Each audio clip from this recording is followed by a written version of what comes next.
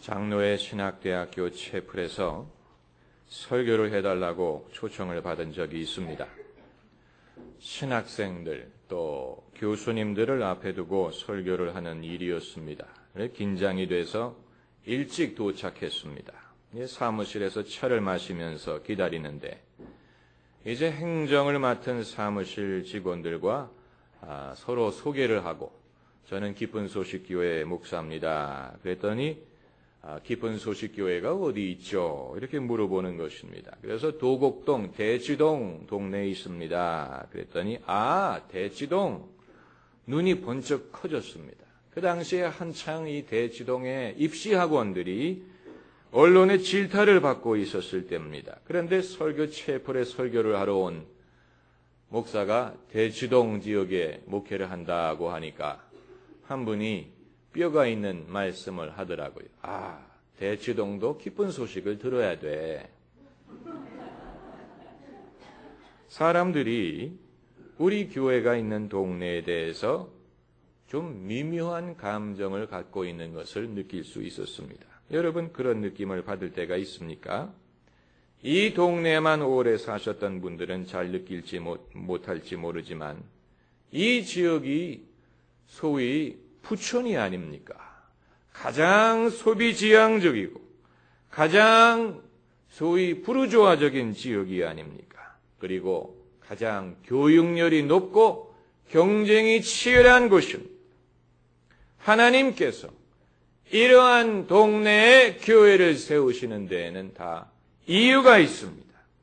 우리로 하여금 이 지역에 살더라도 이 지역의 풍조를 쫓지 않고 마음을 새롭게 함으로 변화를 받아 하나님의 백성을 만들기 위한 하나님의 목적입니다.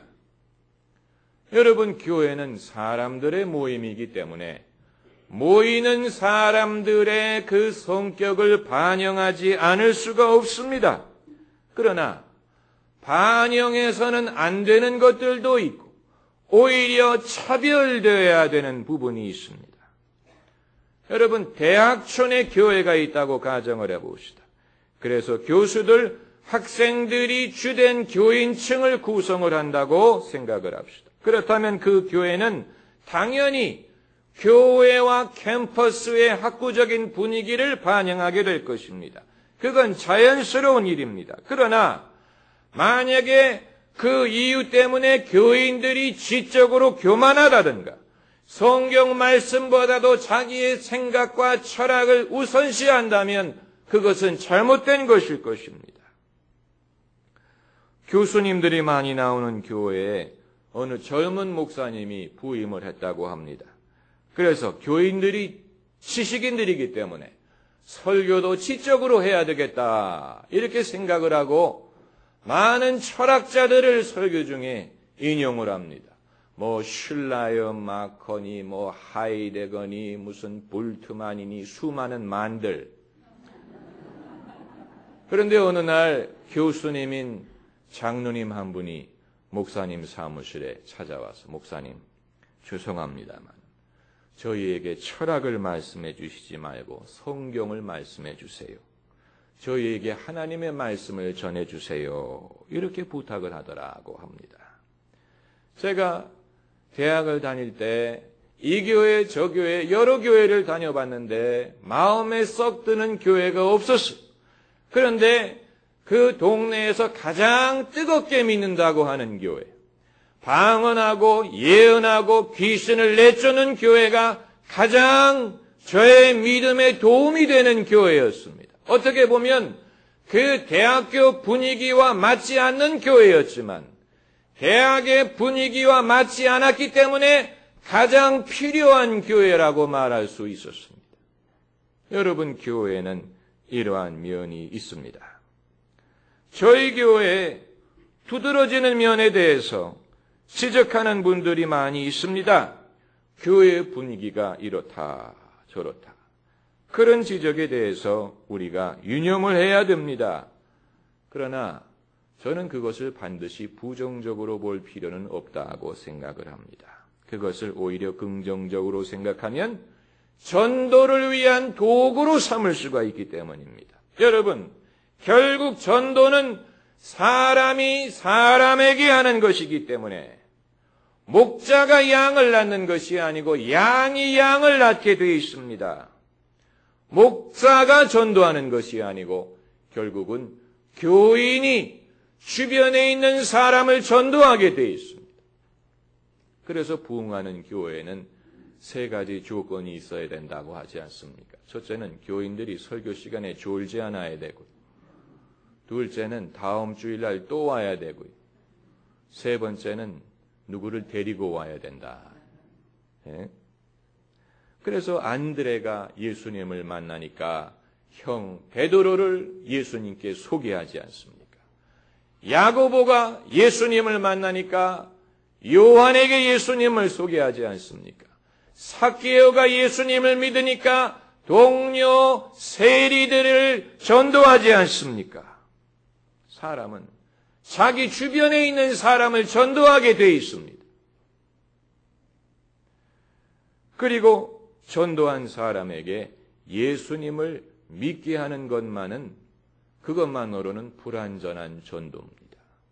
예수님을 믿게 할 수는 있어요. 그러나 그 사람을 교회에 다닐 수 있도록 정착시켜야 그것이 온전한 전도가 됩니다. 예수를 믿게는 했는데 그 사람이 교회를 다니지 않아요. 교회에 재미를 붙이지 않아요. 교회에 다니질 않아요. 그러면 결국은 신앙은 잃어버릴 수도 있습니다. 그러므로 예수님을 믿게 하는 것뿐만이 아니고 그 사람이 교회에 뿌리를 내릴 수 있도록 도와주어야 되는데, 그러므로 내가 정착할 수 있는 교회여야 내 주변에 있는 사람도 정착할 수 있도록 돕는 가능성이 많아지지 않겠습니까?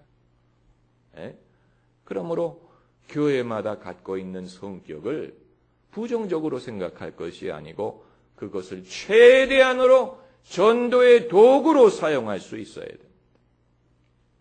그러므로 교회에 대해서 무조건 비판적으로 보는 것은 믿음으로 보는 것이 아닙니다. 하나님은 어떤 것을 가지고도 역사하실 수 있습니다. 모세의 손에 있는 그 지팡이를 가지고 하나님은 홍해를 가르게 하셨습니다.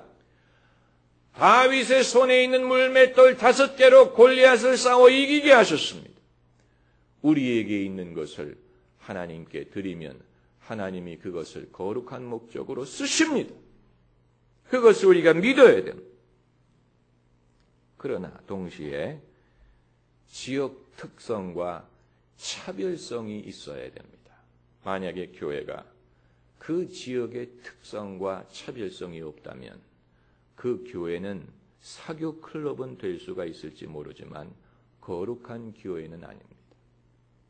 차별되었다. 그건 거룩하다라는 말입니다. 다르다는 말입니다. 그러므로 우리에게는 책임이 있습니다. 사회학적인 특성을 부인하지 않으면서 영적으로 구별된 교회. 이것이 어떻게 가능합니까? 말씀으로 변화되면 가능합니다. 너희는 이 세대를 본받지 말고 오직 마음을 새롭게 함으로 무엇을 받아? 무엇을 받아요? 변화를 받아. 따라해보세요. 변화를 받아. 복을 받으려고 하지 말고 변화를 받으려고 하세요. 마음을 새롭게 함으로 변화를 받아. 우리가 복을 받지 못하는 이유는 변화를 받지 못하기 때문입니다. 우리가 복을 받지 못하는 이유는 복을 받을 만한 그릇이 없기 때문에 그렇습니다. 내 그릇이 더럽기 때문에 그렇습니다. 하나님은 우리에게 정결한 것을 주시기를 원하시는데 내 그릇이 정결하게 예비되어 있지 않아요. 그러면서 하나님에게 복을 구합니다. 하나님은 복을 주시는 분입니다. 만복의 근원 하나님이십니다. 하나님은 주시는 분이에요. 그러나 그것을 받기 위해서는 그릇을 준비해야 됩니다.